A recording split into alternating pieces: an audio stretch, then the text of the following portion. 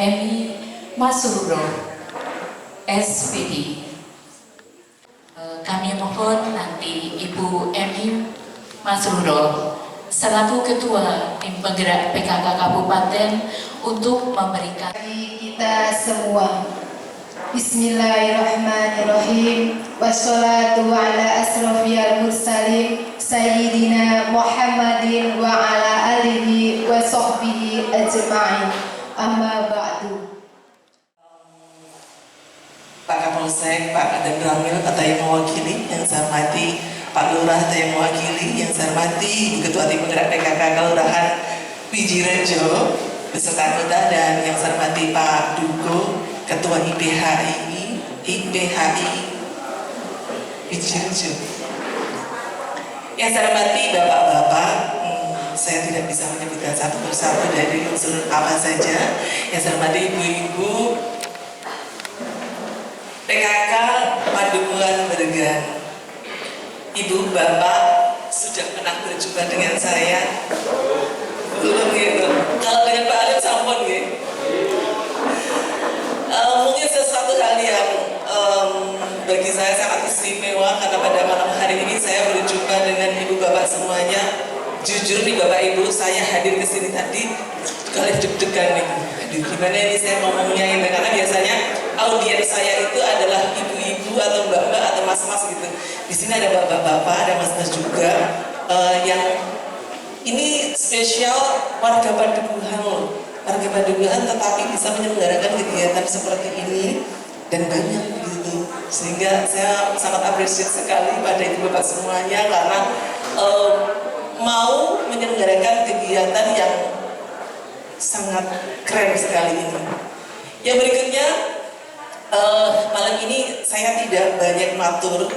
Saya yakin ibu bapak semuanya sudah pirsa sebenarnya terkait dengan materi yang akan saya sampaikan, dan tidak pada langsung kasus-kasus seperti apa yang ada di Kabupaten Bantul, tetapi saya lebih pada menyampaikan, Ibu, saya ini seorang guru ini, apa yang saya sampaikan ini modelnya ya kayak dulu kalau mengajar, walaupun sekarang sudah merdeka belajar, tetapi rasanya untuk bisa menjadi merdeka belajar itu butuh proses yang agak panjang. Ibu bapak, nama saya Emi Masruro, di situ sudah tertulis dan di bawahnya ada tulisan Ketua Tim Penggerak PKK Kabupaten Bantul. Itu adalah jabatan otomatis yang diterima oleh istri seorang kepala daerah yang mau tidak mau harus menjadi ketuanya ibu-ibu ini semuanya. Dari tadi saya tuh melihat kayaknya ada teman saya SMA, bener nggak ya? Bener ya Mbak ya? Bener kan? Ya, teman sekelas saya dulu itu. Awet muda gitu kan? Iya. Kemudian saya tinggal di rumah dinas Bupati Bantul sejak menjabat Bupati Bapak. Kemudian rumah saya itu ada di Singisore, mungkin Resenti Giri Bantul. Barangkali mungkin ada yang belum tahu rumah saya, Bapak Ibu. Lalu anak kami, saya dengan Pak Alim itu ada 2 perempuan semuanya. Yang satu semester 1 di perguruan tinggi, kemudian yang satu lagi kelas 3 di MTS Anur Turgam. Jadi keduanya dulu berada di pesantren sejak mereka madrasah ibtidaiyah, dan sekarang anak saya yang pertama sudah kuliah di Universitas Islam Negeri Jakarta di Jakarta. Kemudian Ibu Bapak, hari ini saya akan menyampaikan terkait dengan perundungan anak dan KDRT. Perundungan atau kita kenal dengan istilah bullying. Pernah mendengar istilah itu nggak Ibu? Pasti bayangnya apa Bu? Kekerasan. Saat jadi pun bisa standar. Tetapi rasanya pingin kita mari siapa tahu dari yang saya sampaikan ini ada hal yang mungkin belum pernah ibu bapak dengar. Perundungan atau bullying dan KDRT, kekerasan di dalam rumah tangga. Dari KDRT itu biasanya perempuan yang jadi sasaran ibu. Padahal jadi bapak gini betul Pak. Gini, ngomong lagi soal KDRT kan Pak. Apa itu yang disebut dengan bullying atau perundungan? Jadi serangkaian aksi negatif. Jadi negatif itu nggak harus selalu bentuk kekerasan, tetapi bisa juga dengan kata-kata. dan agresif itu berarti kita sangat aktif begitu ya. Yang dilakukan satu atau kelompok, nggak harus banyak, tetapi satu orang melakukan sesuatu yang negatif kepada orang lain yang lebih lemah, kemudian tujuannya membuat dia takut, tidak nyaman, dan itu dilakukan dalam waktu yang cukup lama dan berulang-ulang, itu disebut dengan perundungan atau bullying. Nah, apa yang dilakukan itu macam-macam, bisa dengan kata-kata. Pernah mendapatkan perundungan Bapak Ibu? Iya, saya dulu ya Mas Pramu kok masalah itu. Pernah mendengar kata-kata, "Hai gemuk" gitu ya, "Dut, pindut, kabare" gitu ya. Mas. Kalau saya sering dibully, Bu ini kok tambah subur saja gitu. Seneng nggak Bu Pak? Nggak seneng pasti. Saya juga nggak seneng kalau ditegur. Sekalipun saya gendut, tapi kalau dikomen, Bu ini kok tambah subur loh gitu. Itu rasanya sakit. Itu saya sudah dibully. Sehingga kita ketika bertemu dengan orang lain, itu bagaimana caranya supaya kita tidak mengatakan, "Hei gendut, hei kurus," atau apa? Ini ceking, kata ceking itu bisa langsung ya. Seperti itu adalah bentuk bullying dalam bentuk verbal atau kalimat. Tetapi ada juga bullying atau perundungan itu dilakukan dengan kekerasan secara fisik. Baik, mari kita lanjutkan. Nah, kenapa sih kita itu memiliki potensi untuk melakukan perundungan? Sebenarnya ini kita sedang dalam rangka bermuhasabah Bapak Ibu. Muhasabah periksa mungkin menilai diri sendiri, mengevaluasi diri sendiri, apakah kita pernah atau masih sering melakukan perundungan.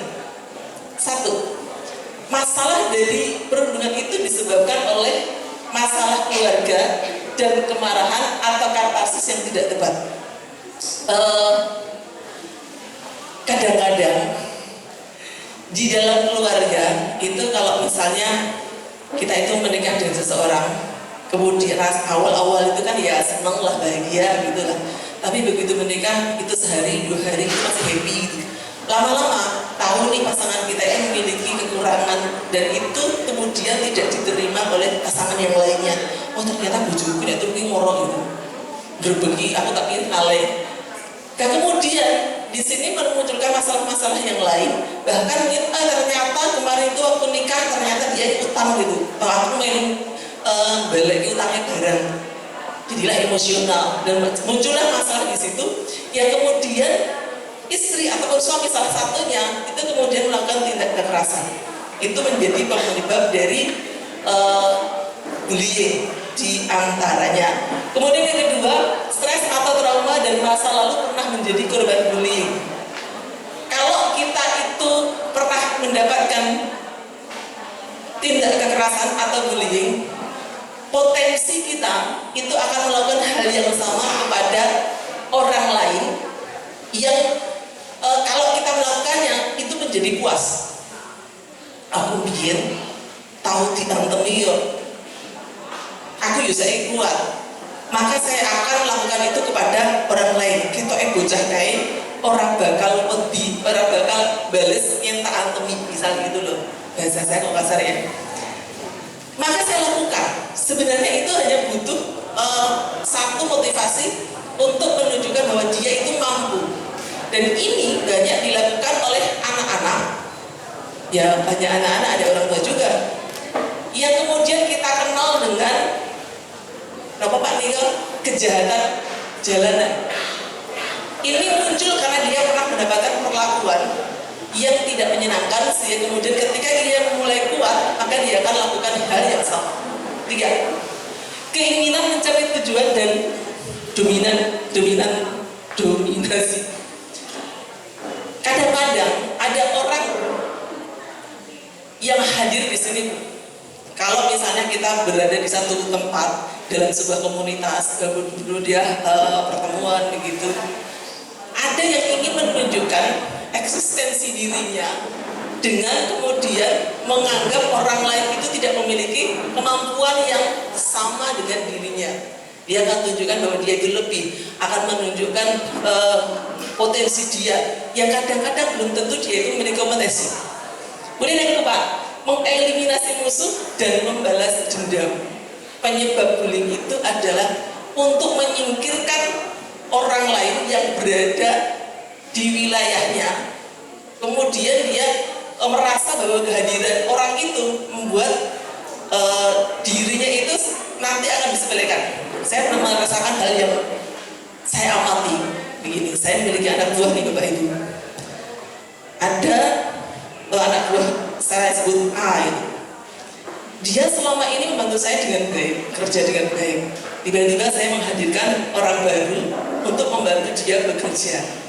Nah, kemudian orang yang bekerja pertama kali bersama saya itu merasa bahwa yang baru ini kok lebih bagus.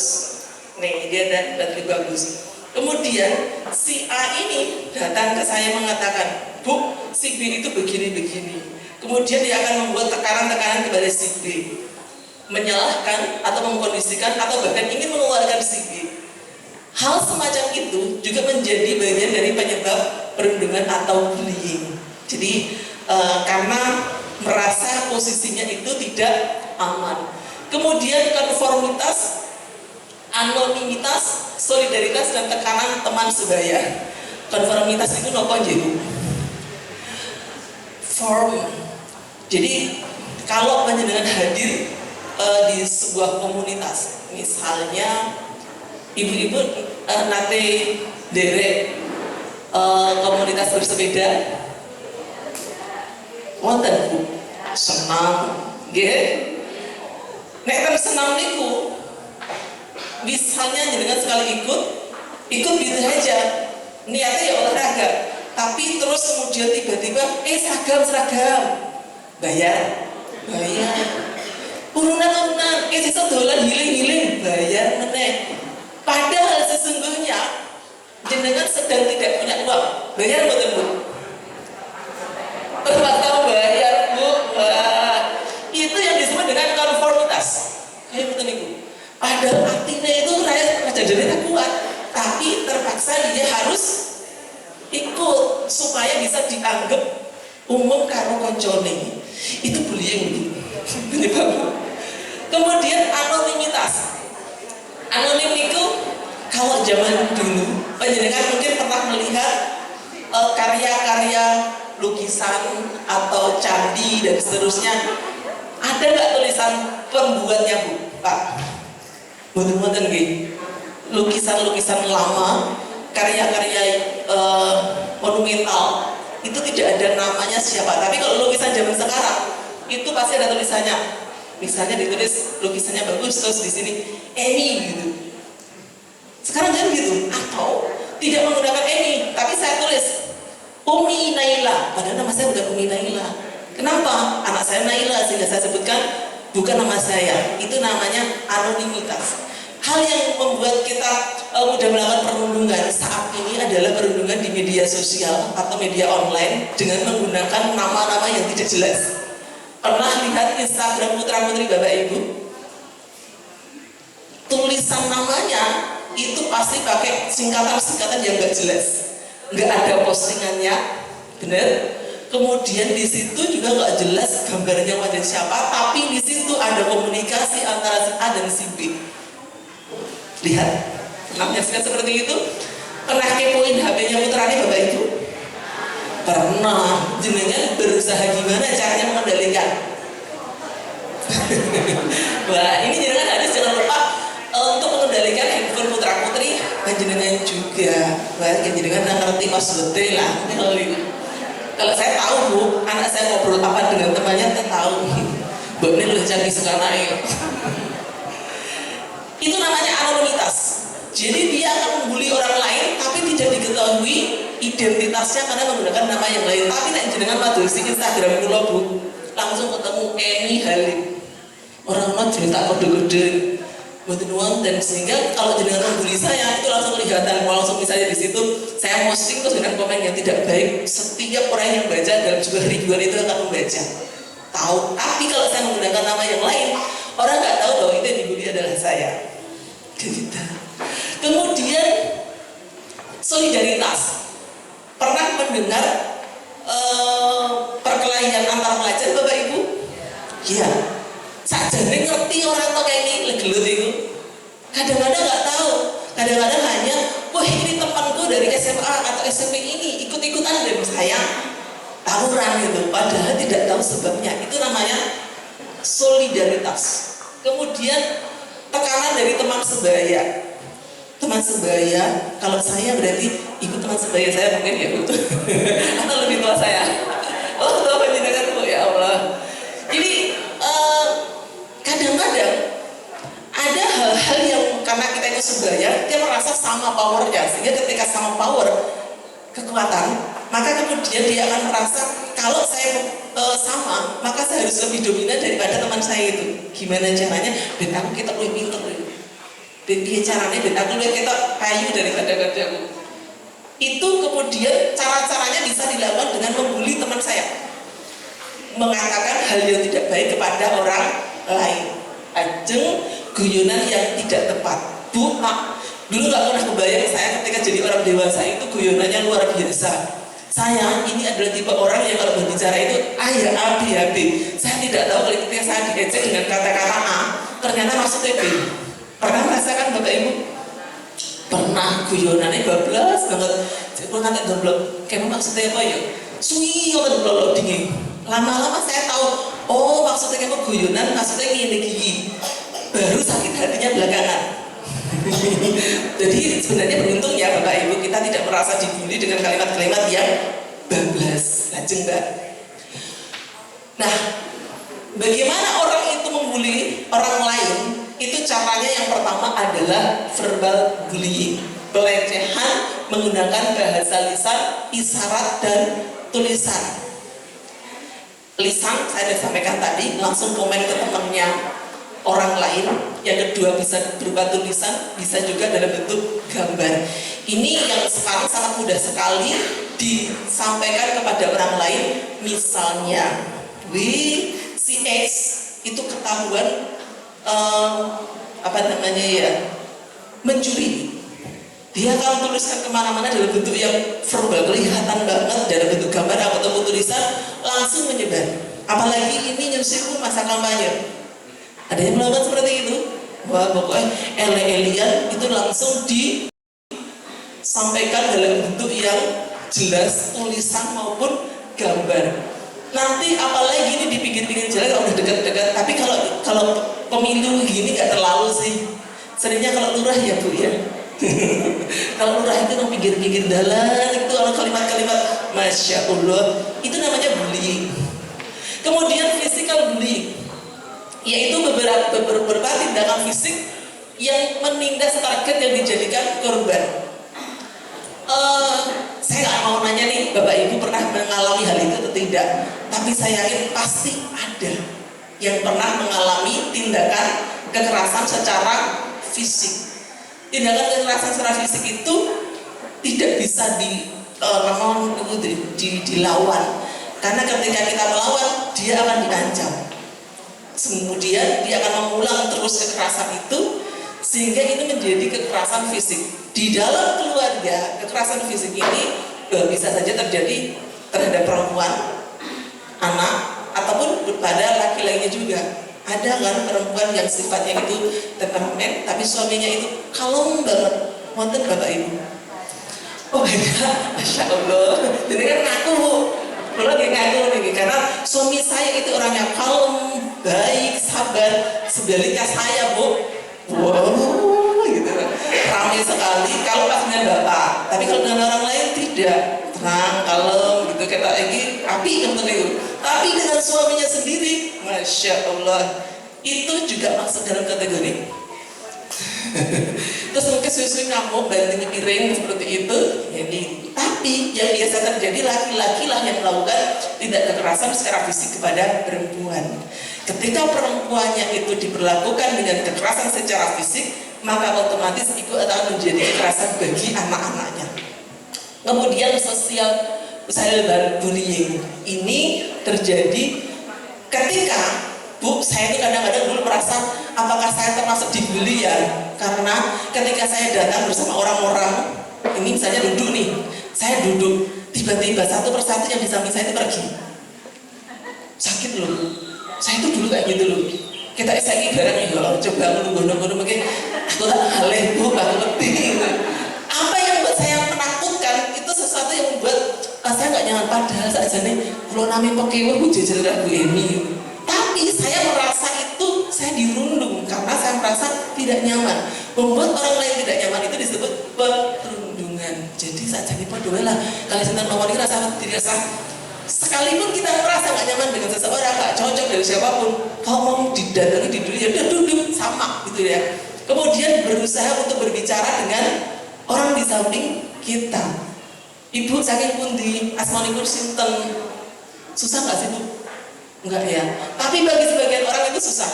Contohnya saya dulu seperti itu. Ketika saya duduk bersama dengan orang lain, saya mau nyapa dulu, aduh, saya mau nanya tapi nggak berani ya. Jangan-jangan nanti nggak siapa, nanti dia nggak mau gitu. Kemudian dibuat fitnah, sesuatu yang itu tidak benar, tapi dia dikatakan sesuatu yang tidak baik. Sering ya mendengar seperti itu, tanggamu kalau isu-isu kita wis lunga mulai gemi dan jadi nang kita lain. Kemudian cyberbullying yang itu menggunakan teknologi. Ini sekarang yang patut kita waspadai Bapak Ibu, yang itu sangat berbahaya sekali karena kita bisa membuli orang lain tanpa ketemu orangnya. Dan ini lebih mudah dilakukan ketimbang langsung ketemu orangnya. Kalau ketemu itu masih, aduh, bukan yang surat ya. Tapi ketika itu bullyingnya itu menggunakan cyberbullying, menggunakan teknologi, kita itu kayak nggak bertanggung jawab. Jadi lontarkan seperti itu, kemudian nanti mereka nggak tahu siapa yang menulis itu.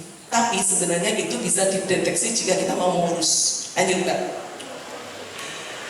Nah, Ibu, Bapak, sekarang mari kita muhasabah. Maaf, evaluasi diri. Pernahkah kita menjadi pelaku bullying?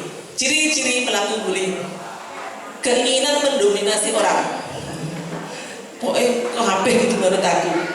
2, impulsif. Impulsif mau apa ya? Lali aku Bu, impulsif mau apa Mbak?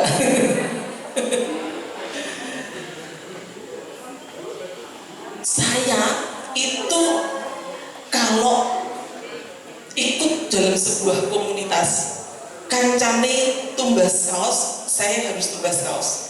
Temennya beli sepeda harganya pinter beli sepeda nih 3 jutaan, murah nih Mbak. Sewidan itu sebetulnya mobil melu tumbas. Pokoknya saya merasa bahagia dan bangga ketika saya bisa lebih dari yang lainnya dan saya beli terus. Tunjukkan bahwa saya itu lebih hebat daripada yang lain. Itu namanya impulsif. Apakah kita sudah pernah melakukan seperti itu? Nggak usah dijawab, dibanting mawon. Kemudian mudah marah, dieleke, ngesu. Kita ini sering nih. Kemudian akhirnya semua dimarahi dan yang lainnya diam. Berarti kita telah melakukan bullying. Guru biasa gitu. Kalau pagi-pagi muridnya rada telat gitu langsung pagi-pagi marah-marah kepada siswa, itu gurunya itu sedang menjadi pelaku bullying. Kenapa? Anak-anak yang datang ke sekolah dengan perasaan bahagia tiba-tiba dimarahin, langsung otaknya drop. Nggak bisa mikir, itu membuat tidak nyaman. Tapi Bu, kadang-kadang guru itu merasa puas ketika sudah marah-marah kepada siswanya. Nengok tadi kalau terus muhasabah penting. Jangan biar ketika saya masih muda jadi guru, itu ketika saya emosi ya marah gitu aja. Sekarang saya itu mikir-mikir, ya Allah, saya merasa berdosa. Berarti saya pernah jadi pelaku bullying. Kemudian kurang memiliki empati. Wah, ono sing telat, ada yang tidak punya apa-apa. Misalnya semua sudah pakai seragam nih, dia nggak bisa beli seragam, akhirnya nggak mau ikut. biarin aja, dia kan memang nggak mampu gitu. Tapi orang yang mampu berempati, maka dia akan membagi bagaimana caranya agar temannya itu bisa punya seragam yang sama. Nah, ketika kita membiarkan ayo ben ngomong dia ora mampu, maka itu sebenarnya kita sedang menjadi pelaku bullying, membuat orang lain tidak nyaman. Kemudian sering menentang dan agresif. Ada nggak Bapak Ibu seperti itu orang-orang di sekitar kita? Ada banyak. Akhir musyawarah, Allah ngomong dadak kumpul-kumpul menungi barang, bayar barang. Nah, pentingnya apa itu? Ini masuk dalam kategori mereka itu sebagai pelaku bullying loh. Kita muhasabah sendiri. Kemudian merasa lebih kuat daripada orang lain. Wes, wah pokoknya kabeh kudu manut karo aku. Bener ya bener, salah itu yang bener. Itu ciri-ciri dari pelaku bullying. Pokoknya menurut dia, apapun yang dilakukan itu benar, sekalipun orang lain mungkin merasakan hal yang berbeda. Sedangkan sebagai seorang korban, maka dia akan merasakan seperti ini. Gandeng. Contohnya tadi misalnya murid yang datang terus dimarahin gurunya, itu kira-kira ketika dimarahin itu dia protes nggak? Nggak. Diem. Murid yang dimarahin gurunya pagi-pagi pasti nggak ada yang kemudian protes, tapi mereka akan diam saja. Kemudian mau mulai kata-kata, mereka sangat hati-hati sekali. Kenapa? Takut nanti gurunya marah lagi. Lalu dia akan menjadi sensitif.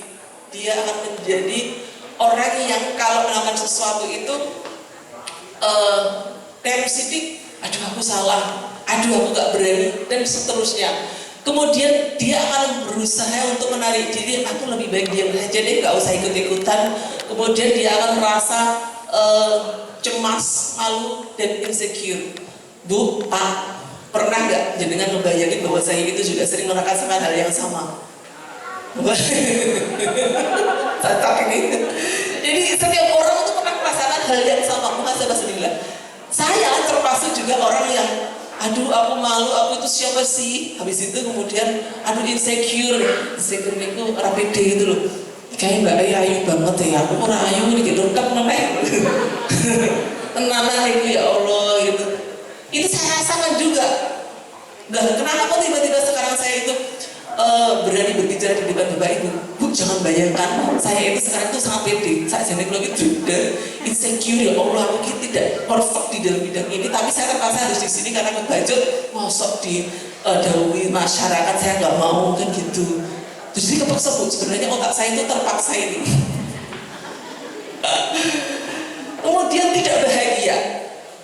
Tidak bahagia itu sebenarnya bagian dari karena terus tekan, karena harus mengikuti apa yang menjadi tekanan dari pelaku bullying itu membuat kita menjadi merasa saya takut kalau salah, sehingga kemudian saya merasa tidak bahagia karena diikuti dengan tekanan-tekanan. Kalau di dalam keluarga, maka ini akan dialami oleh misalnya perempuan atau istri terhadap perlakuan dari suaminya, atau sebaliknya suaminya yang diperlakukan istrinya yang memang terlalu dominan. Enten nggih, Bu? Nek lagi enten nggih, Pak? Oh, bener wonten. Rawani wong garwane ten iki. Kemudian tidak memiliki teman yang baik dan tidak memiliki fisik yang memiliki fisik yang lebih lemah. Orang yang dalam tekanan itu memiliki potensi sakit yang kronis. Apa yang pertama kali diserang Bapak Ibu? Lambungnya. Kenapa kok lambungnya? Asam lambungnya meningkat karena apa yang kita pikirkan itu akan berdampak pada lambung kita. Ketika lambung kita itu tidak baik, maka akan berakibat pada organ-organ yang lainnya. Pak, jenengan sama Pak Halim itu ceria terus betul, cerah terus betul. Nggih, kita bahagia banget nggih. Wah, sehat terus nggih. Boten, Bu. Begitu masuk kamar, Bu. Bu ya keluar, otak keluar ini. Nah gitu Bu, jadi saya itu dapatnya itu di rumah. Itu bukan kebahagiaan seperti dimunculkan di masyarakat, tetapi dapatnya adalah keluh kesah Pak Halim soal penyakitnya. Kenapa? Karena beliau itu dalam tekanan banyak masalah yang dihadapi. Nah Ibu, bapak itu di dalam keluarga juga gitu. Kalau pasangan kita itu saling menekan, maka itu akan berpotensi sakit seperti itu. Sehingga kalau sekarang ibu bapak pernah mengalami, tadi saya matur, mari bermuhasabah. Kalau bapak ibu pernah melakukan seperti itu kepada pasangan kita, maka mari mulailah untuk tidak melakukannya. Sakit gitu. Kalau dia nggak mau niku sok ngamuk dari Mbak Halim, tapi sekarang saya merasa, duh, nek aku ngamuk ya iman-iman bojoku iki tak ngamuk dhewe, nek lora aku sing rekoso. Aduh. Nah, kalau kita ketemu dengan anak-anak, Bu, Pak, anak-anak yang terkena bullying di sekolah atau di sekitar kita itu akan kelihatan dia itu lebih suka diam dan seperti menyimpan rahasia. Dia diam aja, kalau ditanya nggak jawab. Kemudian terlalu sensitif atau cengeng dan marah kalau kita tegur. Kemudian dia juga akan mengisolasi dirinya, mojok. Kalau teman-temannya bermain, dia akan cenderung diam dan tidak mau ikut bermain. Kini kalau saya sedang ceramah bullying seperti ini, karena terlalu sering saya ngisi kayak gini di sekolah saya juga, itu saya kemudian teringat akan kisah saya ketika kecil. Ya nggak Mbak Reni? Saya itu suka menyendiri, mengurung diri. Saya merasa tidak pantas. Saya merasa bahwa saya seharusnya tidak bersama teman-teman dan tidak memiliki teman. Saya nggak punya teman, Bapak Ibu, yang menurut saya mereka itu bisa saya percaya. Saya adalah orang yang lebih suka menyelesaikan masalah saya sendiri. Itu dulu, sekarang tidak. Kemudian susah tidur. Ada yang susah tidur, Ibu? Nek hak niki susah tidur itu bukan karena masalah. No. Mikir kentang. Buka HP lagi paten-pateni gitu. Juga stalking BA-ne tiang, rencane. Saya kayak ngopo ya. Karena waktu saya seperti itu jam 1, jam 2 itu cip online kabeh seperti itu. Kalau dulu itu tabu nggak? Tabu loh, Bu. Jadi karena saya kebiasaan zaman mondok itu tidurnya jam 12 lebih. Terus zaman itu orang pakai HP itu masih jarang-jarang. Terus saya buka HP itu kadang-kadang sampai malam itu, terus langsung ada yang nyapa, Bu, kok belum tidur? Yuk tak pateni. Sekarang jam 1, jam 2, jam 2 semua orang itu online. Lah ngopo kok tidak tidur? Ya asik aja nonton di HP ya kan? Lanjut, Mbak. Lalu apa sih dampaknya ketika kita itu melakukan bullying kepada anak? Korban ini akan mengalami terganggu kualitas hubungan dengan orang lain, merasa bahwa orang lain itu akan menjahati dirinya, siapapun. Sehingga kalau ada anak yang trauma seperti itu, maka dia butuh bimbingan dari psikolog ataupun orang yang memang mau dan mampu mengajak dia berkomunikasi. Kemudian dia akan merasa depresi, pinginnya bunuh diri. Pernah nggak sih Bapak Ibu merasakan pengen bunuh diri begitu?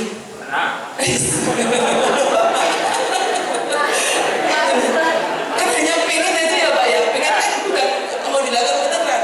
Bapak Ibu setiap punya keinginan marah ke situ ketika sudah mentok. Tetapi ajaran agama kita mengajarkan bahwa itu tidak boleh, dosa. Akhirnya boleh nggak jadi. Kan hanya keinginan saja. Tapi orang yang tidak memiliki kendali, dia kemudian tidak berada di tempat yang aman, maka dia akhirnya kemudian wis ketoke mati oleh HP. Kita pasti pernah membaca berita belakangan ini. Orang yang bunuh diri karena apa, Bu? Utangnya lunas-lunas, ya kan? Terjun dari tiang apa ini, tiang gantung, iya toh? Tower apa nih kok? Kemudian beberapa waktu yang lalu itu kita ada berita satu keluarga itu bunuh diri, tinggal satu orang yang tidak bunuh diri di dalam keluarganya itu kok jangan surat pesan surat kepada anaknya yang tidak bunuh diri itu loh. Kenapa? Karena katanya juga dililit utang. Sekarang masalahnya kenapa sih kok orang-orang itu kok utang gitu loh? Pertanyaannya, kenapa kita utang? Gak punya uang, Bu. Nah, iya, beneran jadi. Kalau nggak punya uang, nggak punya jaminan, kenapa kita utang gitu? Jadi sebenarnya konsep dalam ekonomi, ini guru ekonomi bilangnya begitu. Kita itu utang karena kita memiliki jaminan untuk bayar utang. Kalau kita nggak punya jaminan utang, jaminan untuk bayar utang, maka seharusnya kita tidak utang. Itu dalam teori ekonomi Bapak Ibu. Sehingga kalau kita terpaksa utang, maka kita harus memastikan punya sesuatu yang menjadi jaminan kita bisa nyaur. Nah, kalau ini termasuk tipe orang yang utang juga, hobi banget utang, terus pokoknya sensasi kira nyaur utang, kita ini nggak semangat hidup saya gitu. Walaupun sebenarnya saya juga dimarahin, kamu mau utang terus sih ngapain itu gitu, hobi ya.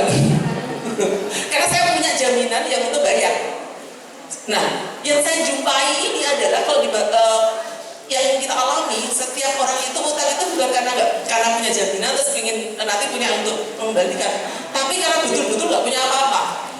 Ya akhirnya kemudian numpuk, sehingga kemudian ketika banyak dikejar-kejar debt collector ataupun yang utangin, itu sehingga terjadi tindakan yang tidak menyenangkan. Siapa yang melakukan tindakan tidak menyenangkan? Yang minjemi uang, atau sebaliknya yang minjemi uang itu menjadi korban perundungan. Kula anak jelek Bu, nek ngoten niku ora tau nagih, nek wong utang oleh kula, niku kula ora wani nagih. Kenapa? Ketika saya nagih, jawabannya lebih menyakitkan. Pengalaman. Ngoten jadi akhirnya kalau kita minjemin uang, nggak usah minjemin dia, dikasihkan aja, diikhlaskan Bu. Ini jual saya oke. Nah, oke ya apa nih, sedekah. Semakin besar semakin banyak pahalanya. Ini nek kula dari sakit ngoten niku. Kemudian bisa juga mengalami luka fisik, juga kematian dan perilaku kekerasan atau kriminal. Udah tadi sudah saya jelaskan, lanjut Mbak. Niki, Kak saya nggak salah lama lagi. Boleh nggak tanya jawab? Nggak apa-apa gitu. Saya hanya menyampaikan saja, nanti tanya jawab sama Pak Tetepono. Nah, gimana sih cara kita untuk menghadapi bullying di sekitar kita? Nah, saya walaupun sekarang merasakan masih kadang-kadang jadi pelaku, kadang-kadang jadi korban, itu juga sudah ada proses perbaikan. Pertama, tingkatkan kemampuan sosial. Bapak, Ibu, Mas, Mbak, ada Mas yang ketika kita itu merasa diri kita benar sendiri, ketika kita mengucilkan diri kita sendiri, itu pasti yang terjadi adalah kita adalah yang terbaik dan terbenar.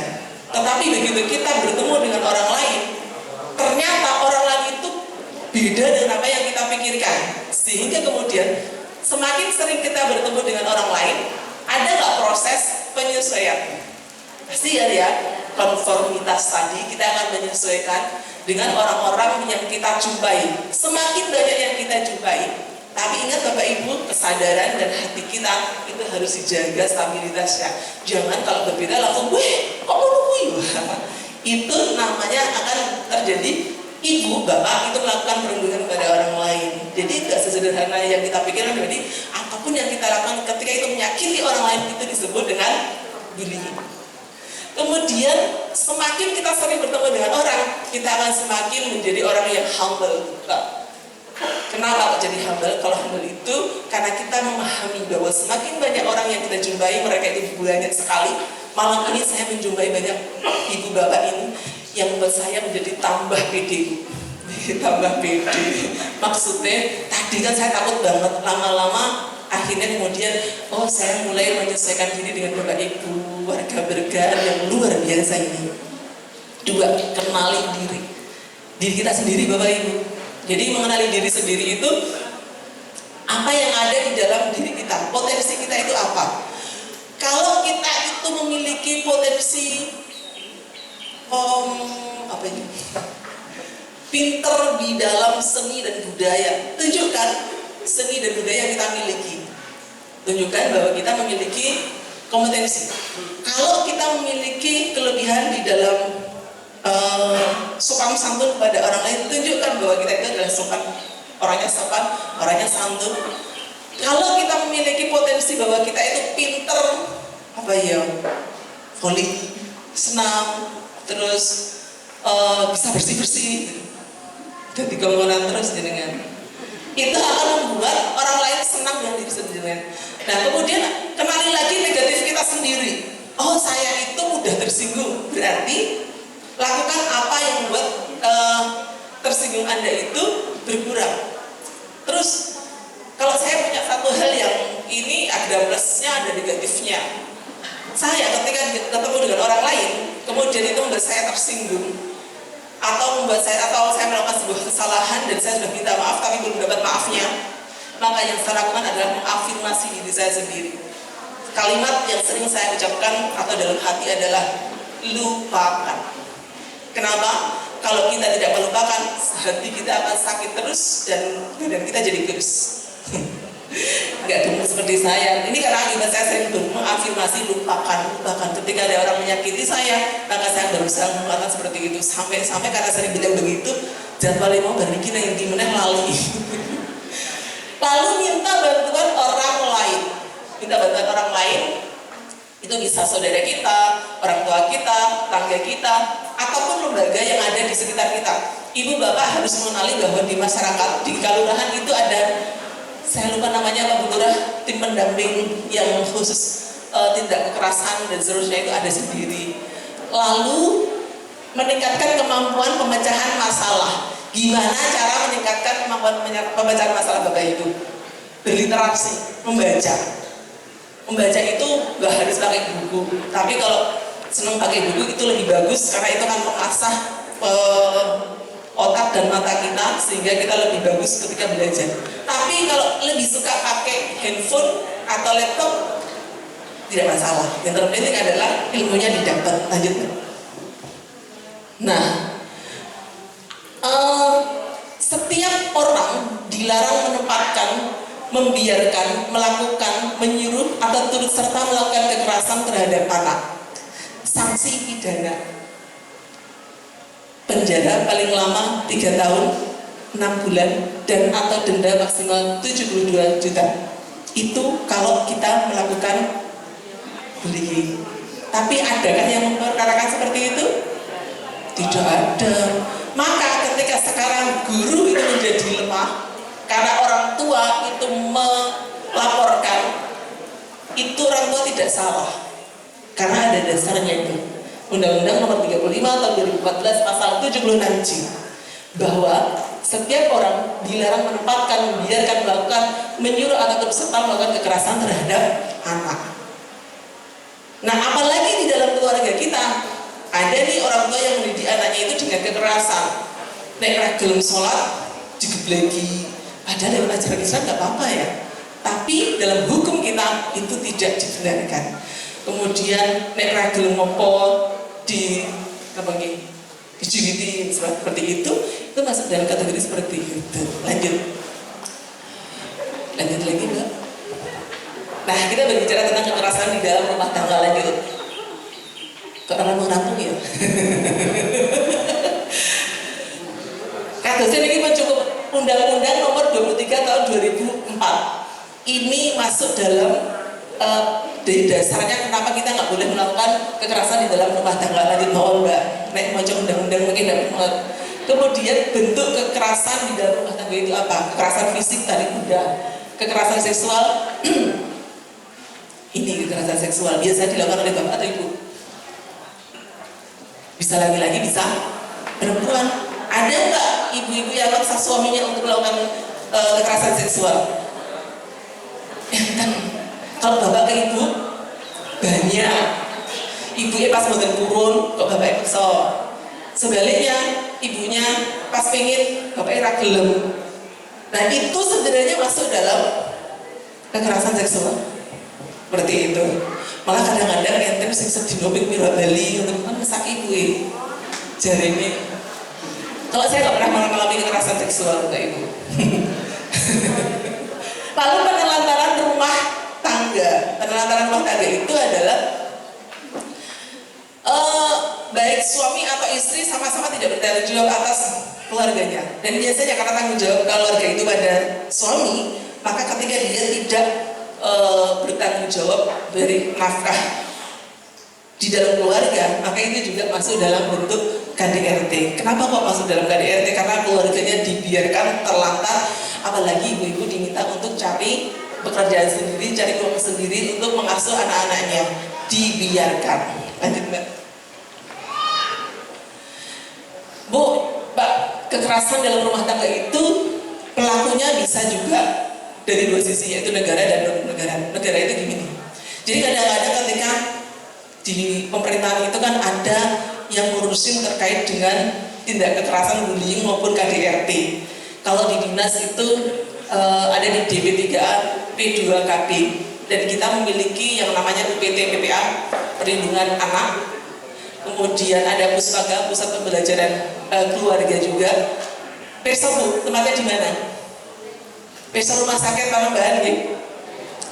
Seberang jalannya itu agak ngulon seketik kan itu antara Puspaga dan UPT PPA, Perlindungan Anak dan Keluarga di sana. Nah, kadang-kadang itu masalah yang kita hadapi itu bisa diselesaikan atau tidak bisa diselesaikan, atau bahkan mereka sendiri itu menjadi pelaku KDRT. Bahkan mungkin juga orang yang lapor itu juga kemudian tidak dipermudah di dalam penyelesaian masalahnya. Itu ada seperti itu, ada, tidak selalu, karena sebenarnya mereka juga menjadi solusi. Yang kedua adalah dilakukan oleh non-negara. Non-negara itu ya pasangan kita, suami kita, istri kita, kemudian mertua, ayah, saudara laki-laki, anak, keponakan dan lain sebagainya. Lanjut Mbak. Nah, ini lingkup korban KDRT dan hak korban KDRT itu ada seperti itu. Nggak usah saya bacain, lanjut Mbak. Niki sepatu diselarjah pindah Mbak. Saya bacakan beberapa dampak dari KDRT bagi anak. Ketika keluarga itu ada KDRT dan itu dipertontonkan kepada anak kita, yang pertama, laki-laki yang menganiaya istri dapat pula menganiaya anaknya. Laki-laki yang cenderung menganiaya istrinya itu di sisi yang lain, di waktu yang lain, dia akan berpotensi menganiaya anaknya juga, karena begitu melihat anak itu dia melihat istrinya. Bisa juga kebalik sih. Perempuan yang menganiaya suaminya juga akan melakukan hal sama kepada anaknya juga. Gak kebayang perempuan melakukan hal itu, tapi ada. Kemudian perempuan yang mengalami penganiayaan dari pasangan hidup dapat mengarahkan kemarahannya dan frustasinya kepada anak. Ibu mungkin ada yang pernah dilakukan menjadi korban bullying dari suaminya, KDRT. Habis itu dia tidak tahu marahnya kepada siapa, yang dimarahin adalah anaknya. Nah kemudian ketika misalnya ibu itu disiksa oleh ayahnya, kadang-kadang anak itu tidak bisa membela ibunya, atau kalau dia membela justru dia akan kena kekerasan juga. Gak usah saya selesaikan banyak sekali, lanjut Mbak. Nah sekarang ya, ibu bapak ini berkumpul itu untuk apa sih? Apa hanya pengen mendengarkan Bu Emi bicara saja? Sebenarnya tidak hanya sampai di situ, tetapi kemudian setelah mendengarkan materi yang banyak ini tadi, lalu kita akan berpikir, kita sebaiknya ngapain ya? Satu, mencegah berlangsungnya tindak pidana kekerasan ini. Jadi kekerasan terhadap orang lain, terhadap rumah tangga itu masuk dalam kategori tindak pidana. Bagaimana kalau itu yang setidaknya kita mulai dari diri kita sendiri yang selama ini melakukan kekerasan di dalam rumah tangga, kita hentikan. Berikutnya, memberikan perlindungan kepada korban. Kalau ada tetangga kita atau saudara kita mengalami kekerasan, maka kita upayakan gimana supaya dia mendapatkan perlindungan. Gimana kita ajak berdiskusi orang yang melakukan tindak bullying itu, atau kita bawa ke yang berwenang, Pak RT, Pak Duko, Bu Pak Lurah, atau kalau mau kabupaten bisa dibawa ke Puspaga atau PT PPA. Kemudian memberikan, atau ke polsek di Pak Sakit di Pak ya. Kemudian yang ketiga, memberikan pertolongan darurat kalau misalnya tiba-tiba kok ibu bapak melihat ada seorang anak dianiaya oleh orang tuanya. Apa yang akan kita lakukan? Jangan diam saja Bapak Ibu. Kalau kita diam saja, itu sama saja kita mendukung perilaku KDRT. Langsung kita ambil, kita bantu gimana supaya anak itu selamat. Kemudian membantu proses pengajuan permohonan penetapan perlindungan. Kalau kita nggak tahu prosedurnya, pokoknya serahkan ke aparat pemerintah di dekat kita. Kalau nggak mampu, naikkan terus. Lanjut Mbak. Ibu bapak, kita perlu tahu bahwa sanksi dari pelaku KDRT itu seseorang yang sampai jatuh sakit atau luka berat, itu sanksinya maksimal 10 tahun penjara. Kemudian kalau menyebabkan korban meninggal dunia, itu sanksinya adalah maksimal 15 tahun. Terus Pak, saya hanya baca undang-undang itu. Kemudian kekerasan fisik, psikis, seksual yang menyebabkan korban tidak sembuh, hilang ingatan dan gugur atau matinya janin dalam kandungan, itu maksimal 20 tahun. Kok malah jadi lama? Kalau meninggal malah hanya 15 tahun ya. Tapi kalau sampai dia itu trauma, kemudian jadi ODGJ atau dia kemudian depresi berat, cacat, itu hukumannya berapa Bu? 20 tahun. Karena apa? Karena dia masih hidup. Orang yang masih hidup dalam kondisi mental yang seperti itu, dia itu tersiksa luar biasa. Nah, jadi tambah berat. Lanjut Mbak. Terima kasih. Jadi kayaknya bahagia banget kelihatan, ini sudah selesai gitu. Saya juga bahagia Bapak Ibu karena izin setelah saya matur ini, saya langsung melanjutkan perjalanan di tempat berikutnya di Ibogiri. Jadi saya senang sekali bahwa pada kesempatan malam hari ini Bapak Ibu berkenan untuk mendengarkan apa yang sering saya sampaikan kepada audiens terkait dengan bullying maupun KDRT. Kenapa? Karena Bantul ini sedang berproses mencapai Kabupaten Layak Anak. Kabupaten Layak Anak itu artinya anak-anak yang hidup di Kabupaten Bantul ini harus mendapatkan jaminan kehidupannya itu bagus, fasenya sampai diperhatikan, jangan sampai dia stunting, kesehatannya bagus, kemudian dia tidak mendapatkan bullying, dia tumbuh dengan senang, tidak terdampak dengan kekerasan atau kejahatan jalanan ataupun kekerasan di dalam rumah tangga atau bullying di sekolah. Karena saya sering mendapatkan penuturan dari orang tua, anak-anak yang sekolah di sekolahannya bahkan SD itu ternyata dia mendapatkan kekerasan banyak hal, termasuk kekerasan seksual, kekerasan secara fisik maupun secara mental. Dan ini kadang-kadang guru terlewat nggak bisa menjumpai dan tiba-tiba sudah jadi masalah. Oleh karenanya Bapak Ibu, mari kita bersama-sama mendukung untuk selalu menjaga stabilitas anak-anak kita sehingga dia itu menjadi orang yang lebih baik dari kita. Saya yakin bahwa mental kita lebih baik daripada anak-anak sekarang karena mereka lebih banyak mendapatkan informasi yang banyak sekali. Kita ini adalah generasi yang beruntung. Dulu pernah mengalami masa yang lampu aja nggak ada, yang adanya lampu putih, sentir, teplok, petromak, itu indah sekali kalau kita bayangkan. Bahkan kita kadang ada tempat wisata yang menghadirkan suasana seperti itu. Tapi sekarang listrik mati semenit aja, apa yang kita katakan PLN misi seperti itu ya. Mudah-mudahan ke depan anak-anak kita itu menjadi orang yang tangguh karena kita siap untuk mendidik mereka, mendampingi mereka dalam keadaan yang menyenangkan dan tumbuh menjadi anak-anak yang bisa cerdas, sehat dan sejahtera karena kita mengawalnya dengan baik. Seperti itu Bapak Ibu, mohon maaf jika ada hal-hal yang kurang berkenan. Mudah-mudahan kita dipertemukan dalam kondisi yang lain. Satu aja ya Bu, kalau deg-degan ya kita keliling. Oke, satu saja ya Bu. Ada ya, jadi Bu. Saya tutup dulu. Tadi Ibu mentinggal Bu, boleh ya ada yang bertanya satu, Bu deg-degan ya saya bertanya karena ini kasus saya itu berat seperti ini. Itu kalau di sekolah ada yang bertanya, saya jawabin aja. Tapi masyarakat itu maksudnya banyak sekali. Satu saja Bu. Assalamualaikum warahmatullahi wabarakatuh. Untuk Ibu narasumber. Ya, Bapak Ibu hadirin yang kami hormati, ini ada masalah depresi. Depresi tidak hanya untuk anak-anak, tapi keluarga juga mengalami depresi. Masalah ekonomi, masalah perselingkuhan. Caranya bagaimana? Terus sekarang saya sudah sembuh. Dulu ya pernah saya katakan tadi mau bunuh diri tadi itu saya katakan itu tadi. Tapi sekarang sudah sembuh alhamdulillah dengan cara saya sendiri.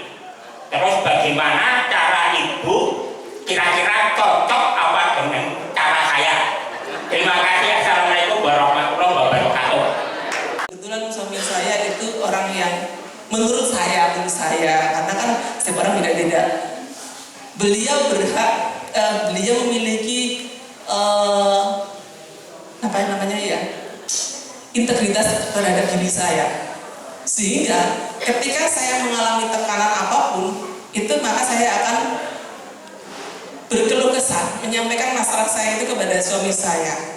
Setiap mudah-mudi ingin sekali untuk berfoto ngaten ya, sambil menunggu untuk foto, monggo segera, ayo silahkan, karena waktunya sudah malam.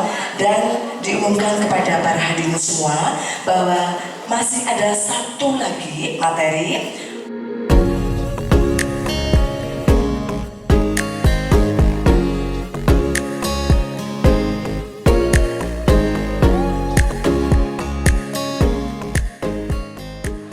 Assalamualaikum warahmatullahi wabarakatuh. Selamat malam, salam sejahtera buat kita semua. Yang kami hormati Ibu Ketua PKK Kabupaten Bantul, yang kami hormati Ibu Lurah Wijirejo, yang kami hormati Bapak Joko Boyo, Mas Joko Boyo, yang kami hormati Bapak Duko, seluruh peserta sosialisasi yang kami hormati. Monggo langkung priyen kita tansah ngaturaken puji lan syukur dumateng Gusti Allah ingkang sampun kepareng paring pinten-pinten kenikmatan, kesarasan, kesempatan wonten dalu menika kita saged makempal wonten menika papan kanthi wilujeng sedayanipun. Amin.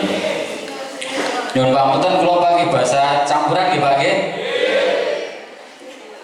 Yang pertama, saya mohonkan maaf kepada Bapak Ibu semuanya bahwa Bapak Kapolsek malam ini tidak bisa hadir pada kesempatan malam ini karena ada tugas yang tidak bisa ditinggalkan. Beliau mewakilkan saya untuk hadir di kegiatan malam ini. Perlu perkenalan boten? Nah, ibu-ibu napa nek kader mungkin pernah ketemu ibu nggih? Ibu-ibu kader mriki termasuk semangat kula wingi PS Center niki ten Catur Rajo ten Gluntung lor niki sing ibuke kader namung piyai sekawan 6 RT teng mriki wingi ibuke kader 6 likur nek mboten 7 likur nggih. Nah, semangat. Yang berikutnya kami ucapkan selamat Hari Ibu. Hari Bapak nggak ada Pak Duko nggih. Mudah-mudahan dengan Hari Ibu ini Ibu lebih semangat lagi. Perlu pengenalan nggih, nama saya Tentopono, asli Jaten Sendang Sari Pajangan Bapak Ibu, jadi tonggo dewi. Kula wonten dinas wonten Polsek Pandak 2 tahun hampir 3 tahun pas awal Covid. Saderengipun kula pertama dinas itu ten luar Jawa, Indonesia bagian timur, ten Kalimantan Timur, terus ten Maluku pernah. Terus 2005 sebelum gempa kalau pindah ke Jawa, makanya namanya tetap ono.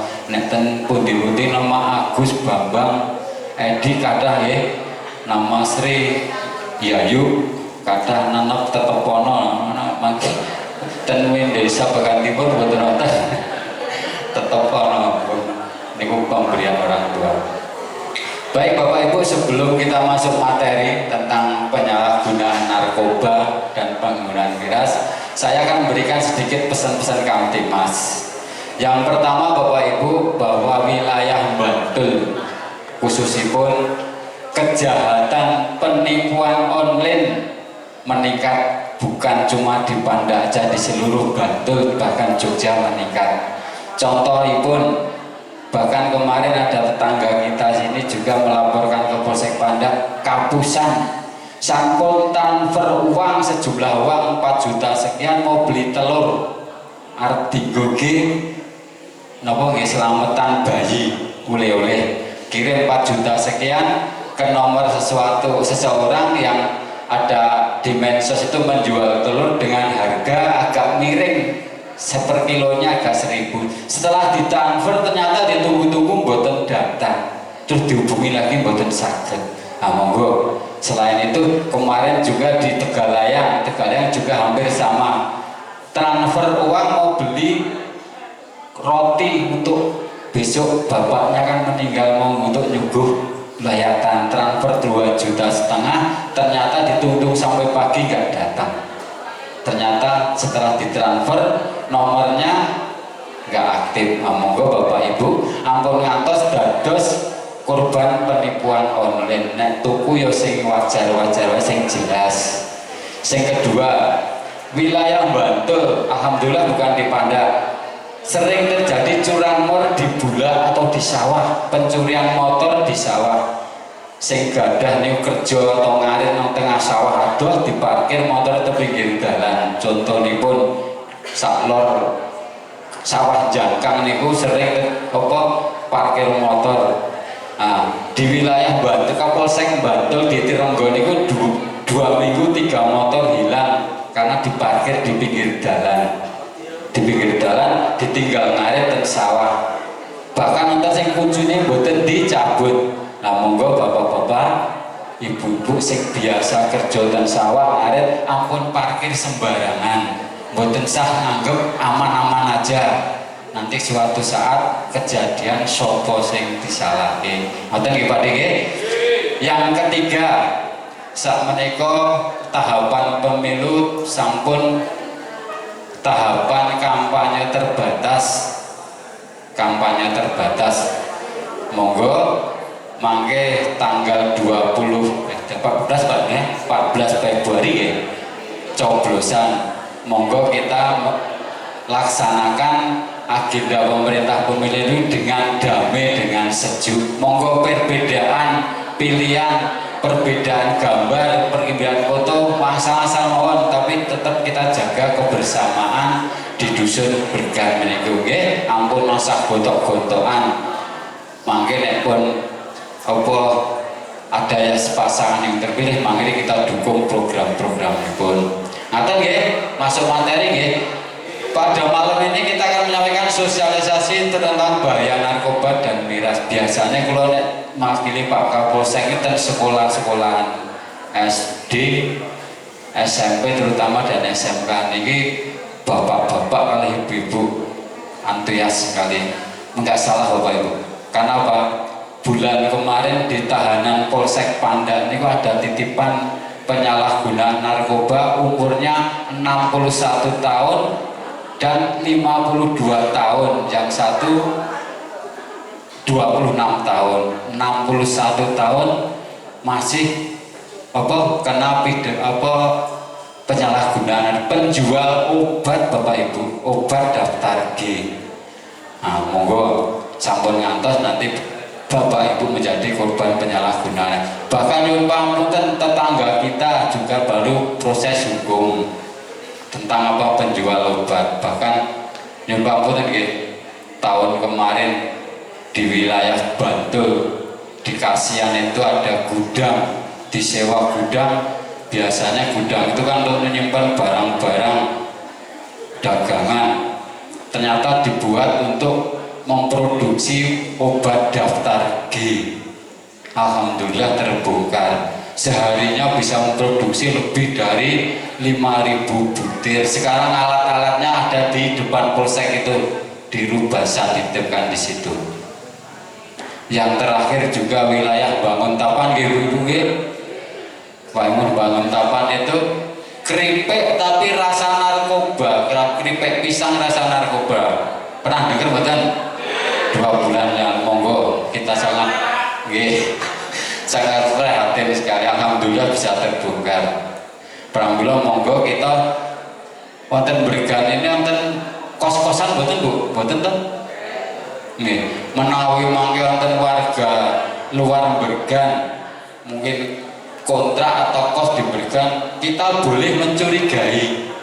Apalagi kalau nanti yang bersangkutan ini kerjane ra jelas, jarang keluar rumah, nek keluar nek bengi, bahkan mungkin makannya pesen Gojek diantar, perlu dicurigai. Kita curiga boleh Bapak. Di Banguntapan tuh demikian. Wong nganggur kok nyewa rumah sebulannya itu 16 juta. Wong nganggur loh kelihatan ini. Nah untuk apa? Ternyata untuk memproduksi keripik rasa narkoba. Nah, ampun ngatas terjadi di wilayah Bergan.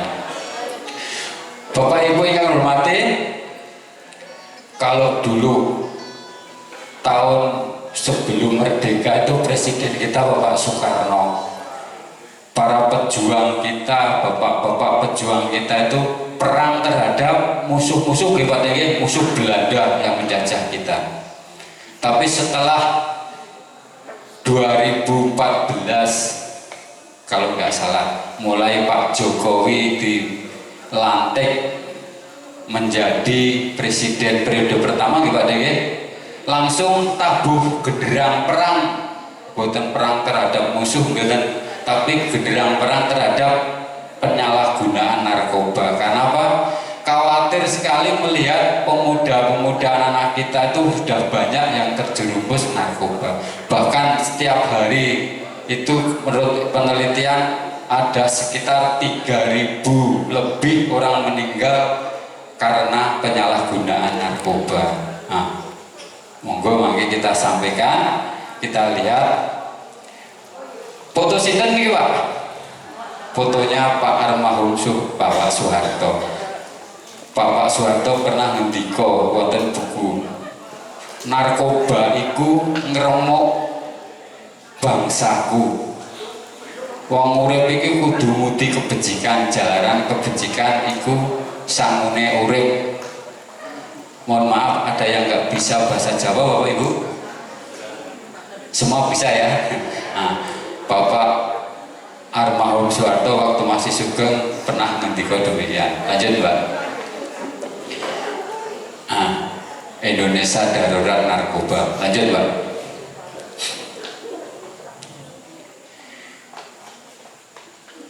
Lanjut. Ya itu dulu. Bapak Ibu yang hormati, jadi perwakilan kita Bapak Ibu yang duduk di DPR di Jakarta sana membuat undang-undang nomor 35 tahun 2009 tentang narkotika. Jadi undang-undang narkotika itu bukan Pak polisi, bukan Pak jaksa, bukan Pak tentara yang membuat. Jadi perwakilan kita yang duduk di DPR di Jakarta sana membuat undang-undang.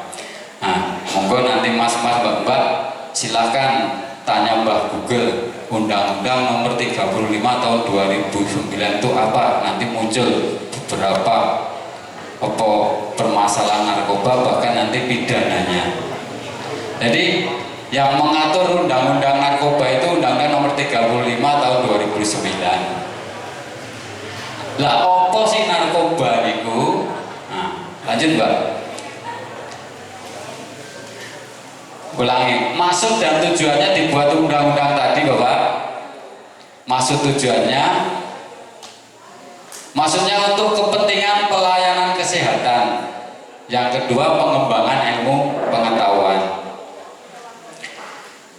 Tujuannya menjamin ketersediaan narkotika, subtikoptika untuk kepentingan pelayanan kesehatan dan pengembangan ilmu pengetahuan. Yang berikutnya, mencegah terjadinya penyalahgunaan narkotika dan subtikoptika, memberantas peredaran gelap narkotika. Loh, maksudnya kok untuk kepentingan kesehatan itu bagaimana? Sebenarnya narkoba itu boleh digunakan Bapak Ibu, tapi untuk kesehatan dan untuk pengembangan pengetahuan. Contohnya, kalau ada masyarakat yang kecelakaan, patah tangannya, terus dibawa ke rumah sakit mau dioperasi, itu supaya pasien itu tidak merasa sakit waktu dibius. Nah, di dalam bius itu ada kandungannya narkotika. Nah, itu yang boleh digunakan. Narkoba itu boleh digunakan untuk kepentingan kesehatan dan untuk pengembangan pengilmu pengetahuan. Tujuannya yaitu silatnya yang tadi aku baca, tujuannya untuk menjamin ketersediaan narkotika untuk kepentingan kesehatan. Nah, kenapa kok sekarang banyak anak-anak yang terjerumus pada penyalahgunaan narkotika? Perlu saya sampaikan Bapak Ibu ya, kemarin 2 tahun pandemi itu di Polsek Panda itu ada titipan penyalahgunaan narkoba 8 anak. Karena apa? Di rumah tahanan di Polres itu udah nggak muat. Apa yang dikonsumsi kebanyakan adalah pil kuplu, obat daftar G seperti tadi yang saya sampaikan. Produksi yang di kasihan itu sebenarnya bukan untuk manusia, untuk hewan, untuk sapi. Bahkan orang-orang kalau nyebut yang anak-anak muda itu pil sapi. Dampaknya apa? Nanti kita sampaikan dampaknya apa. Maksud dan tujuan undang-undang tetap seperti itu. Lanjut, Pak. Pengertian narkotik. Sambil dibaca Bapak ya, kalau saya mohon maaf. Narkotik zat obat berasal dari tanaman sintetis maupun semi-sintetis dapat menimbulkan penurunan atau perubahan kesadaran, menghilangkan rasa nyeri, sakit, serta dapat menimbulkan ketergantungan. Itu pengertian narkotik. Lanjut, Pak.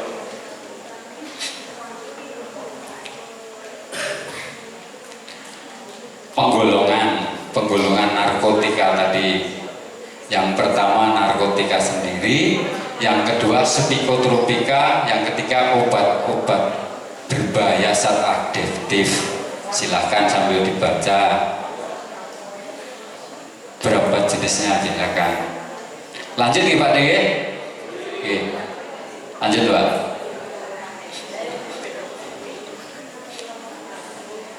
Cara membuat gak usah Pak, nanti tidak do gawe malah.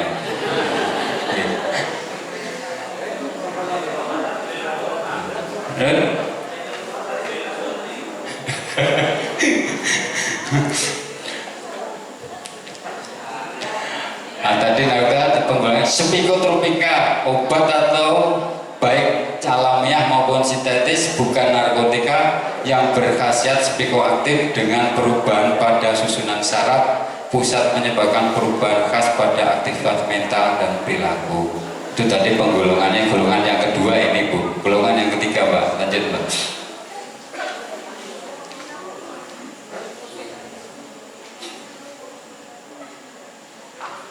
Ya.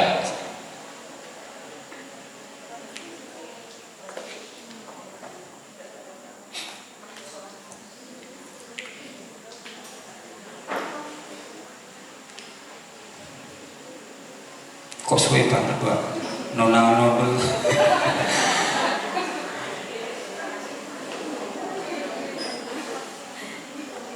Empat golongan psikotropika. Yang pertama untuk pengobatan, tidak untuk pengobatan potensi kuat ketergantungan. Ini contohnya ekstasi. Yang kedua untuk pengobatan potensi kuat ketergantungan. Yang ketiga pengobatan potensi dan ketergantungan. Jadi semua narkoba itu mengandung sifat ketergantungan. Ketergantungan ini apa? Kalau sudah pernah make, kepengen make terus. Tuh, maka yang belum pernah make jangan sampai coba-coba memakai. Karena apa? Bahkan saat ini saya sampaikan yang ditahan di polsek itu Pak, di situ sampai hampir 3 bulan. Saat setiap masuk kok nggak tidur ngopo Pak dia bilang. Aku kira rasa turu ya Pak, seperti yang saya disampaikan Ibu Halim tadi, susah tidur. Nah, dia susah tidur karena oke tonjokan ya Pak. Nah, itu dampak dari biasanya ngonsumsi, setelah ditahan di polsek nggak ngonsumsi apa, orang susah tidur kayak sakitan. Nanti ketergantungan ini ingin coba lagi. Bahkan narkoba itu punya sifat kalau sekarang pakai satu, besok nggak mempan. Kalau cuma pakai satu, pakai 2, pakai 3 begitu. Lanjut Mbak. Zat adiktif lainnya ini golongan yang ketiga. Gambarnya pentong. Obat berbahaya zat adiktif lainnya. Zat yang bersifat psikoaktif yang dapat menyebabkan ketergantungan permanen karena mematikan sel otak. Contohnya minuman keras, impor tradisional, itu contohnya. Bapak Ibu yang hormati, di wilayah Pandak, khususipun umumnya wilayah Bantul, beberapa bulan yang lalu banyak menjadi korban oplosan. Bahkan mungkin tetangga kita yang bagi informasi juga Nah, monggo. Kalau yang sudah terbiasa minum, sekarang kan anggur aja harganya piro Pak Di? Nah, jenenge anggurnya dhisik 15.000 oleh anggur rantau sekarang di atas 100, apalagi bir. Nah, karena sudah terbiasa konsumsi minuman keras, ini fakta Pak, yang kemarin warga Jodok itu saya tanya, yang masih hidup loh, kan minum bertiga. Setelah yang dua itu kan kita minta keterangan karena satunya meninggal. Yang diobi opo le, dong opo putih Pak, sing tuku sopo, yang temanku yang meninggal. Putih kaya apa? Kaya banyu bening. Terus saya dikasih uang 10.000 untuk beli minuman Sprite dengan Coca-Cola dicampur. Terus aku minum sedikit ya kuat Pak. Terus turu sing ngentekke koncoku sing meninggal kuwi karo si A. Itu pagi. Sore pulang itu ibunya sudah curiga kok. Apa di tempat tidur ku banting opo-opo niko glubak-glubuk, terus tanyain terus muntah-muntah, terus mripate nyuwun apa buwet. Nah, terus dibawa ke rumah sakit sore, belum nyampe subuh sudah 12. Nah, karena apa yang diminum itu ternyata alkohol murni, alkohol 90 dicampur tadi. Saya pernah ngobrol sama Ibu Nusi, Kepala Puskesmas Pandak 1. Tubuh kita itu nggak bisa menerima alkohol, apalagi alkohol murni. Lah alkohol kok diminum gitu, itu dampaknya nanti matanya buta, terus itu tewas. Monggo Bapak Ibu ampun ngantos menjadi korban minuman oplosan. Jangan sampai. Kalau minuman yang terdapat di bir AO itu mabuknya mungkin mabuk nanti turu sehat jarene. Tapi nek oplosan itu ya kok anggo turu dan bengek, nek alkohol murni nek ra tertolong dokter ya bablas. Ampun ngantos nyisen-nyisen ke keluarga, bahkan jadi berita nasional. Nggih. Itu yang termasuk golongan tadi ketika saat adiktif lainnya. Lanjut Mbak. Ini gambar-gambarnya Pak D. Minuman. Lanjut mawon, nggak usah.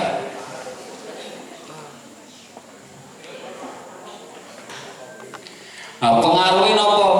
Pengaruh terhadap tubuh kita kalau yang sudah kita konsumsi minuman keras, apalagi narkoba. Pengaruh terhadap otak kita. Yang pertama, efek menyenangkan, menenangkan, efek merangsang, efek daya khayal. Itu narkoba, kalau yang narkobanya bagus, kalau model ekstasi, terus sabu. Tapi apa mungkin awak desa tuku jadi sabu-sabu itu sak gramnya 2,5 juta sak gram. Gitu. Ekstasi itu satu biji bisa 300.000 pil itu. Sopo nek sing duwe gunung mas ya. Nah, larinya anak-anak kita yang sudah pernah mencicipi larinya tadi ke obat-obat daftar G. Padahal obat daftar G itu yang tadi saya sampaikan, pil sapi itu efek ke tubuh kita nggak bisa tidur. Ada lagi yang senang, rasa senang, happy katanya bilang itu. Aku happy apa ngomong? Nah itu orang obat sapi kok dikonsumsi.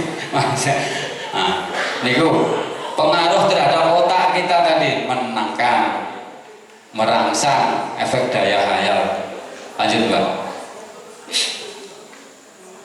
3 faktor penyebab penyalahgunaan narkoba.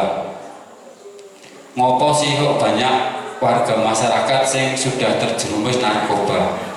3 faktornya. 1, diri sendiri, keluarga dan lingkungan. Saya yakin kalau kita umat beragama terutama umat muslim, kalau kita menjalankan 5 waktu, kita iman kita kuat, nggak mungkin kita terjerumus ke narkoba. Nah, kalau dari pengaruh kita diri sendiri, faktor penyebab penyalahgunaan narkoba yang pertama diri sendiri, keluarga, lingkungan. Diri sendiri ingin coba-coba, depresi atau stres, lari dari masalah, tidak tahu akibatnya.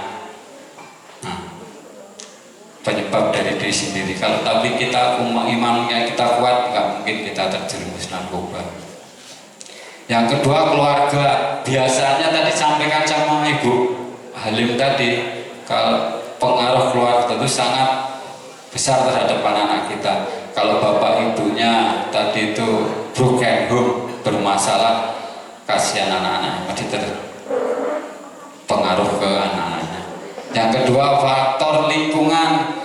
Kalau kita berteman sama orang-orang peminum, orang-orang pemabuk, otomatis kita pasti ikut-ikutan. Kalau kita berteman sama orang-orang yang alim, otomatis kita ikut alim. Maka dari itu Bapak Ibu, khususnya ibu-ibu, anak-anak kita kalau sempat kita bergaul sama orang-orang yang nggak jelas, jangan sampai. Sekarang ini banyak anak-anak kita lulusan SMP, lulusan SMA, sudah banyak yang penyalahgunaan narkoba. Contohnya 2 minggu, 3 minggu yang lalu saya membantu menyelesaikan masalah. Ada warga mutil mendet ten warung, ten kauman mutil rokok. Nah, kalau penjualnya pokoknya yang penting belum beringe jalur ngapura boten napa. Kebetulan saya anaknya juga kenal, orang tuanya kenal. Tak bantu, saya ajak gitu. Pokoknya pertama nggak mau ke situ. Nanti saya sendiri Pak yang ke sana. Tapi kalau saya pikir kalau dia sendiri pasti tidak menyelesaikan masalah. Ternyata anak tersebut sudah sering minum minuman keras, sudah sering minum tadi konsumsi tadi obat-obat terlarang. Karena apa? Di situ tuh dia sudah dilewes ngomong sembarangan nih kawan. Ditakoni rokoknya kayak cukup pembiro, jawabannya lain. Padahal bapak ibunya nyumpang punten ya orang berada lah, tapi waktu kecil memang dia ikut mbahnya. Itu baru SMA kelas 2. Pertama SMA Pajangan dikeluarkan karena jarang masuk. Sekarang kelas 2. Terus dimasukkan di SMP 3 karena aku pengen gabung dengan temennya dulu SMP. Padahal anak itu dulu lulusan SMP 1 Panda. Padahal kan nyoba mungkin SMP 1 Panda, kalau orang-orang yang nggak pilihan kan jarang bisa masuk. Waktu SMP masih pinter, masih nurut. Di SMA 3 juga dikeluarkan, suruh mengundurkan diri karena itu mungkin sering mabuk, suruh itu. Terus suruh mengundurkan diri karena kan sekolah nggak boleh mengeluarkan anak ibu yang terus melanjutkan di SMA Muhibah. Di Muhibah ya tadi itu model di sana di Kauman. Nah, setelah itu kemarin saya minta untuk diantarkan rehab di Rumah Sakit Gracia. Jadi sekarang di Rumah Sakit Gracia. Kasihan Bapak Ibu, makanya jangan sampai ibu-ibu anak kita yang seumur remaja kita awasin semuanya, jangan sampai terjerumus hal yang tidak inginkan. Apa? Kalau dulu zaman saya itu yang penyalahguna narkoba orang-orang kota sana, orang-orang kaya sana. Sekarang enggak, kampung-kampung kita ini sudah banyak anak-anak kita yang terjerumus penyalahgunaan narkoba atau obat-obatan terlarang. Ibu tadi pengaruh lingkungan, penyebab lingkungan tadi. Kalau kita salah pergaulan ya udah berteman sama orang pemabuk, mesti ikut ke mabuk. Lanjut tuh.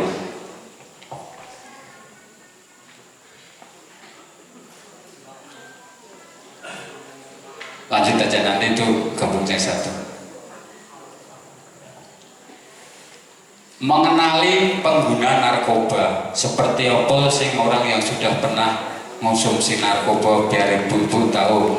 Anaknya itu biasanya tuh riak, biasanya tuh sering dulan atau olahraga, kok nong kamar terus, kok pintu kamarnya dikunci terus, perlu dicurigai Bapak Ibu. Jangan-jangan nong dirugi ngopo.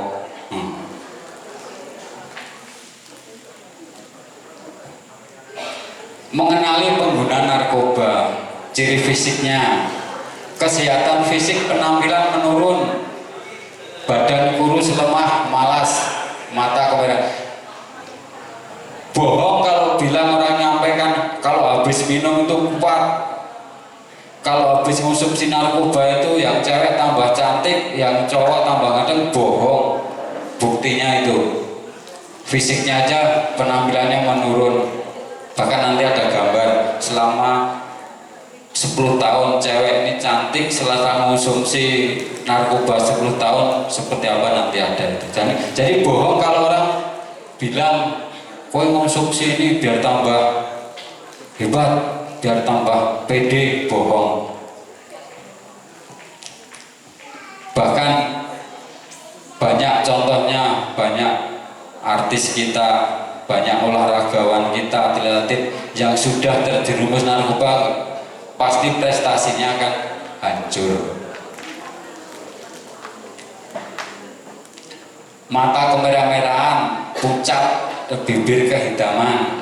Nah, monggo Bapak Ibu nek punya putra yang punya ciri-ciri seperti itu, dampaknya diawasi, perlu dicurigai. Seperti itu dampaknya pengguna narkoba. Lanjut Mbak, lanjut aja Mbak. Ini daun ganja. Lanjut aja Mbak.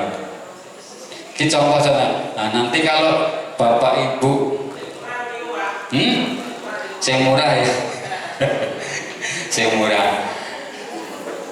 Biasanya tempat di mana orang nyimpen narkoba itu biasanya ini di tempat tidur, kamar mandi, kendaraan, kasur, bantal, dan sebagainya.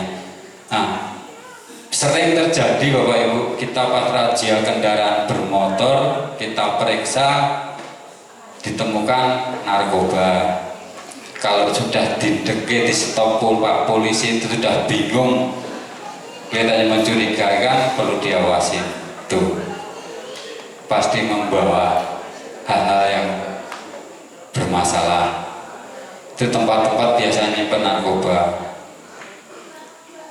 Lanjut Mbak. Dampak konsumsi narkoba, dampak penyalahgunaan narkotika secara medis, gangguan kesehatan, gangguan mental, penurunan penularan HIV, hepatitis dan lain-lain. Tuh dampaknya medis ke tubuh kita. Dampak ekonomi sosial, rumah tangga berantakan, kriminalitas laka lantas dikucilkan. Kalau kita, mohon maaf, gaji saya itu, gaji pokok saya sekitar 3 jutaan sekian per bulan. Kalau kita sudah salah langkah, kita menyalahgunakan narkotika, padahal tadi saya sampaikan sabu itu 1 gramnya 2,5 juta, gaji kita 3 juta untuk beli sabu 2,5. Tentu ekonomi keluarga kita pasti berantakan. Kecuali kalau kita punya gunung emas,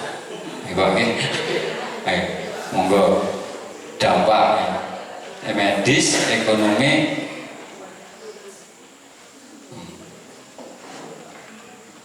dampak menyalip tadi, rumah tangga berantakan. Lanjut Mbak.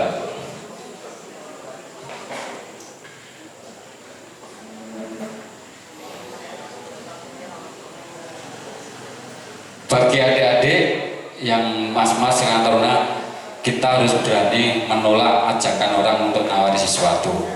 Stop terhadap narkoba. 4 cara nggak usah nih Pak, nggak usah ada di rumah gitu deh. Nah tuh nggak usah nih Pak, pidananya ada Pak sekarang Pak, terus Pak.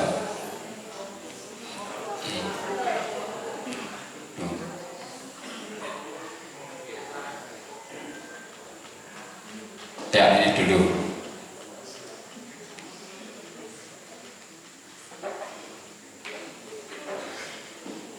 Peran kita anggota kepolisian kita juga adalah preemptif pencegahan. Ya pertama yaitu seperti ini, sosialisasi bahaya narkoba.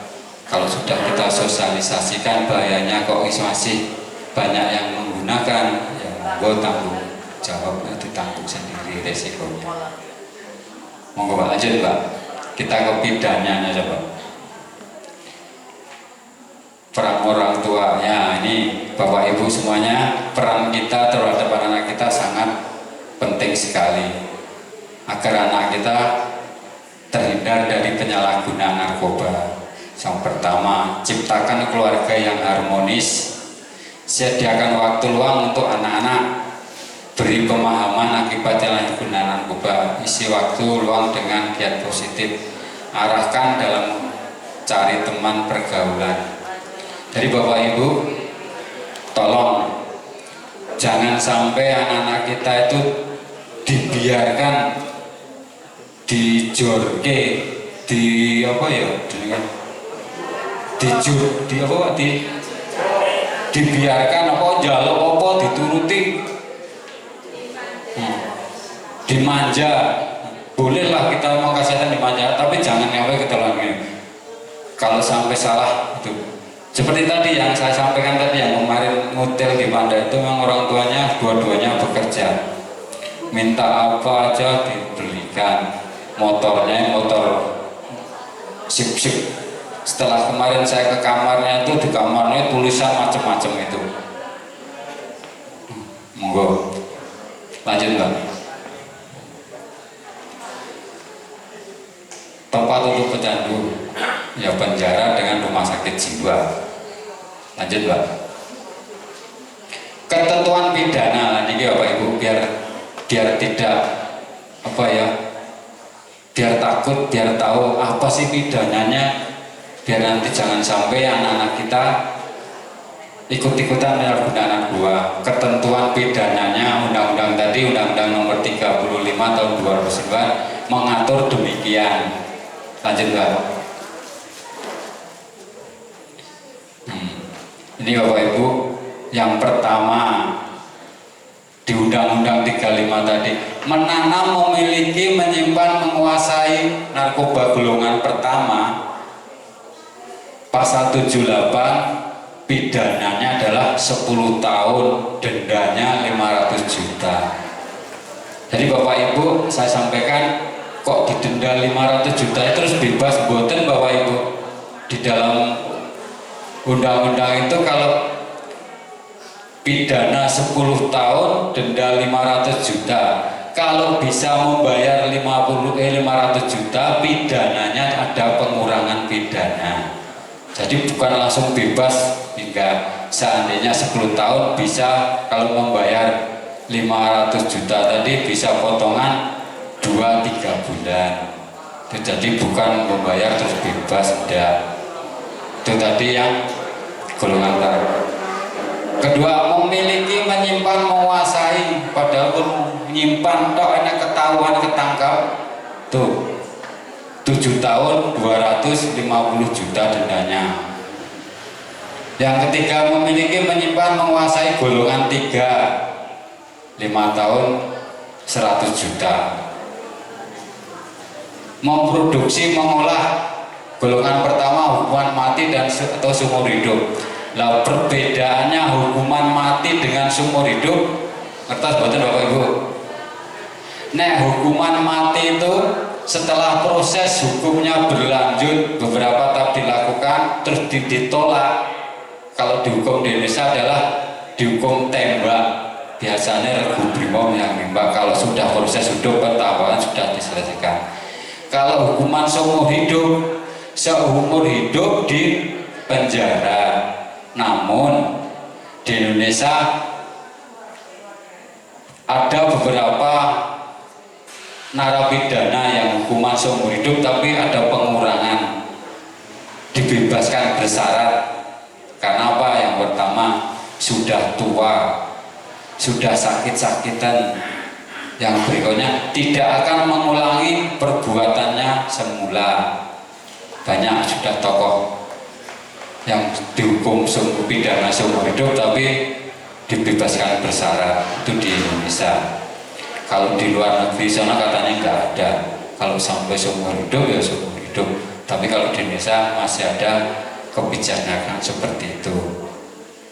Tuh golongan pertama, hukuman mati. Bahkan Indonesia sudah sering melaksanakan hukuman mati, baik itu warga Indonesia maupun warga negara asing. Banyak warga negara asing yang tertangkap bandar narkoba. Kalau kita melihat di media TV, membaca di Quran itu sering terjadi. Yang kelima, produksi mengolah. Membawa, mengirim, mengangkut, membawa. Sekarang itu banyak, Pak. Jadi modusnya ganja aja yang murah, Pak. Dulu kan di Aceh sana memang ladangnya ganja memang asap. Jadi para bandar narkoba, bandar ganja itu menitipkan barang dari Aceh sana biasanya lewat truk biasa membawa sayuran, membawa apa kayak dalamnya. Itu cuma membawa, mengangkut aja, padahal kadang-kadang nggak tahu yang diangkut tuh, padahal itu kan buah atau sayuran tapi dalamnya tidak tahu aja, hukumannya seperti itu, Pak. Membawa, mengirim 15 tahun golongan pertama, golongan kedua 10 tahun, ketiga 7 tahun. Nah sekarang banyak modus bandar narkoba yang memanfaatkan anak-anak atau ibu-ibu. Contohnya anak-anak di pinggir jalan didek sama orang tidak kenal. Adik, sampai tahu rumahnya bapaknya Pak Dukuh Bergan enggak? Tahu. Tolong antarkan barang ini, kemasan loh, kotak ini. Tolong antarkan ini kiriman dari Jakarta untuk Pak Dukuh Bergan. Nanti saya upain, saya berikan HP yang bagus, saya berikan uang. Mau anak-anak itu. Nah, sebelum sampai tempat Pak Dukuh sudah ketangkap polisi karena ada emosi atau BNN, ada emosi, ada pengiriman narkoba. Padahal anak itu nggak tahu isinya narkoba, tapi kalau sudah ketangkap, anak itu tetap kena sanksi.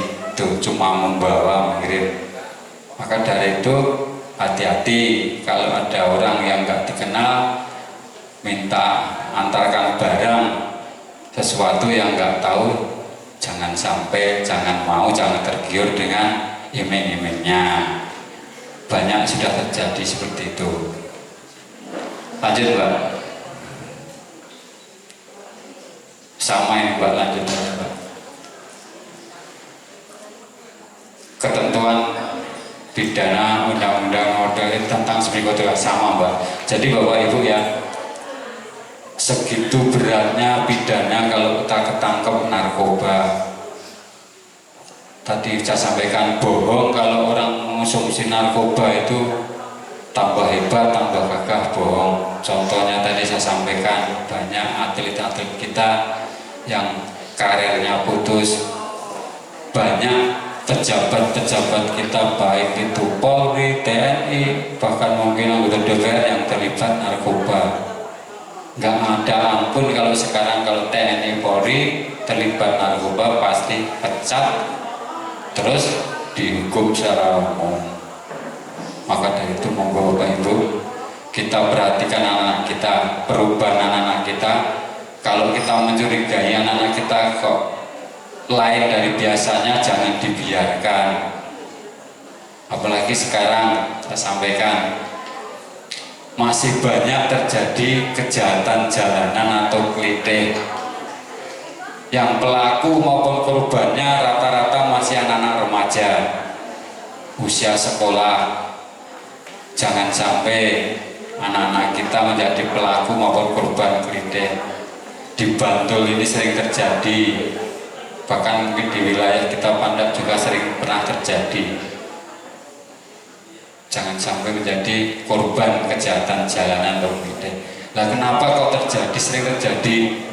Sekarang ini ada hasil penelitian, kalau mau masuk ke geng atau kelompok seseorang atau kelompok geng yang lain ada ujiannya. Kalau kamu bisa atau berani membabat orang di jalan, kamu baru boleh untuk lulus masuk kelompok saya, itu ada. Makanya korban kejahatan jalanan itu sembarang, bahkan di jalan di Pundong itu ibu-ibu mau ke pasar mau subuh itu dibabat, yaitu yang sudah tertangkap atau ditangani kepolisian rata-rata anak-anak itu sebelum melakukan kejahatan jalanan itu pasti mengonsumsi minuman keras, pasti mengonsumsi narkoba. Kok tahu kenapa? Nah, setelah diamankan diadakan cek urin, tes urin, rata-rata itu mengonsumsi miras dan narkoba. Monggo. Nah, caranya bagaimana kalau kita terhindar dari kejahatan jalanan atau korban? Yo jangan keluyuran malam. Yang sering terjadi itu malam Sabtu, malam Minggu di atas jam 11 malam. Kalau anak-anaknya jam 10, jam 9 belum pulang, ya digulei, di karaoke. Nek ayamnya bapaknya maghrib belum mulai, bingung gulei Pak nggih. Nek anaknya jam 09.00 belum mulai, engko ora mulai dhewe wong nggo motor, ampun ngantos ngoten iki Bu nggih. Bahaya saniki. Beda karo jaman cilik pun dhisik, paling nakal opo. Rasa saiki nakal, apalagi anak-anak perempuan. Tadi disampaikan sama Ibu Halim, kejahatan seksual banyak. Kemarin saya sempat ngobrol sama kepala KUA Pandak. 2 tahun terakhir ini pernikahan dini meningkat. Pernikahan dini apa Pak? Ya belum waktunya nikah, belum boleh nikah, saat nikah sudah terpaksa dinikahkan. Monggo Bapak Ibu yang punya anak-anak gadis diperhatikan, dan terutama Mbak-mbak jangan sampai terjadi demikian. Tadi sampaikan sama Ibu Halim juga, KDRT banyak Bapak Ibu, sering bukan banyak, ada laporan ke Polsek itu melaporkan suaminya, Pak saya habis dipukul, habis diajar sama suami saya. Terus sempat saya tanya, Bu, jenengan benar-benar mau laporkan atau enggak? Nanti kalau sudah saya terima laporan resmi nggak bisa dicabut loh. Nah, gitu. Tolong pikirkan dulu, mosok arep tegel menjarakan suaminya. Karena apa?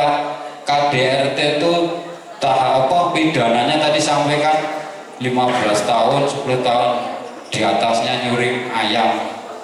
Tegel jenengan memenjarakan suaminya? Pikir-pikir dulu. Wih Pak, pokoknya saya sudah kapok, sudah sering dianiaya. Monggo itu hak jenengan aja laporan, monggo. Tapi nanti kalau sudah laporan resmi nggak bisa dicabut loh Bu. Kadang-kadang itu ya saya tak pikir-pikir dulu di rumah. Sering Bapak itu terjadi gitu. KDRT. Sebenarnya bapaknya tadi juga ada korban KDRT, ada juga bapaknya ada. Monggo jangan sampai terjadi hal demikian. Masih ada nggak Pak? Katakan tidak untuk narkoba. Pengantar Bapak Ibu. Apa? Contoh-contohnya sebentar. Contohnya. Kenapa sampaikan gini? Biar nanti kalau ada orang ngasih seperti ini, tolong jangan mau. biasanya teman atau bandar narkoba itu mengenalkan kepada orang baru, biasanya dikasih gratis. Nyoba iki enak loh. Nah, setelah nyoba tadi ada dampak dari narkoba itu, ada sifatnya ketergantungan. Kalau sudah nyoba, kepengen lagi. Kalau sekarang konsumsi satu, minggu depan kalau satu nggak mempan harus 2, minggu depan harus 3. Lanjut Mbak.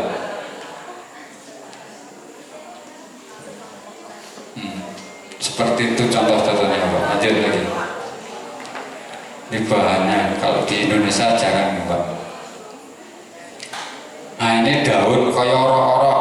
Nek dulu kan cuma di Aceh, sekarang enggak Pak Ibu. Di Jawa Barat itu ada pegunungan, kemarin terbongkar BNN juga ada daun ganja seperti itu. Kalau di kampung mungkin ada yang nanam seperti itu, melihat seperti itu bisa disampaikan, daripada nanti kena anak-anak kita. Disampaikan sama Pak Dukuh atau Pak Babin Kamtimas Pak Suryono, kok ada tanaman seperti ini, disampaikan. Lanjut Mbak. Lanjut. Oke lanjut.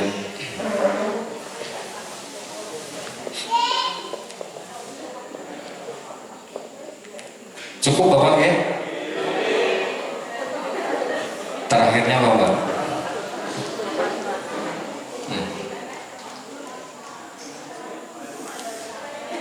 Kalau saya membaca tadi di Jawa Pos kalau nggak salah, di Surabaya itu Pak Sutri, pasangan suami istri ketangkap jadi kurir narkoba, terbongkar 2 kilogram sabu tuh, padahal 1 gramnya 2,5 juta. Jangan sampai lah, jangan kepada kita. Lanjut Mbak. Pokoknya kalau yang mau lebih detail, yang mau dilengkap silahkan nyari Mbah Google, ketik Undang-Undang Nomor 35 Tahun 2009. Nanti banyak situ materi tentang narkoba. Cukup Bapak Ibu ya? Bapak Ibu, boleh angin kula nyampaikan banyak kekurangan, banyak kesalahan. Saya mohon maaf yang sebesar-besarnya. Saya akhiri. Assalamualaikum warahmatullahi wabarakatuh.